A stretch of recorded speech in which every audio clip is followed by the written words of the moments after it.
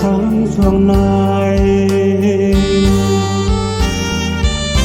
ปรากฏเครื่องไฟจึงเนประทม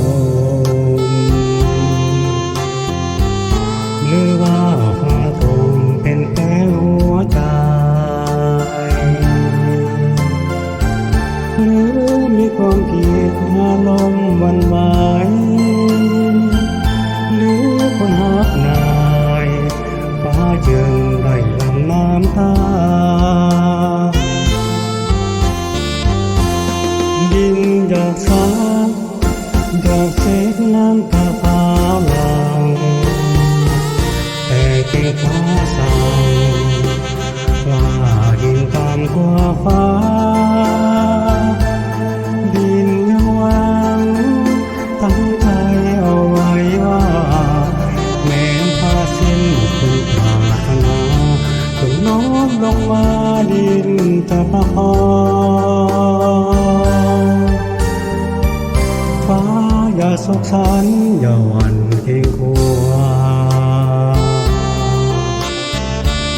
ดินจะสร้างตัวเป็นภูเขาทองฟ้าคงจะสดยามเฮาเคียงสองฟ้าคงใสสองสิ่งความมุ่งหรือท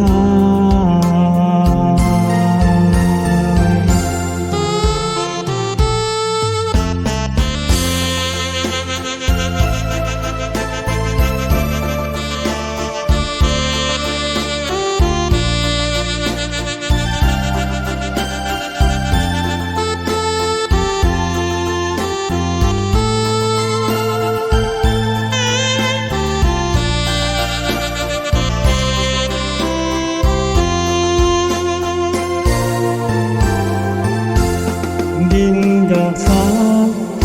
ดอกเศษน้ำตาฟ้าหลังแต่เก่งฟ้าสั่งว่าดินตามกว่าฟ้า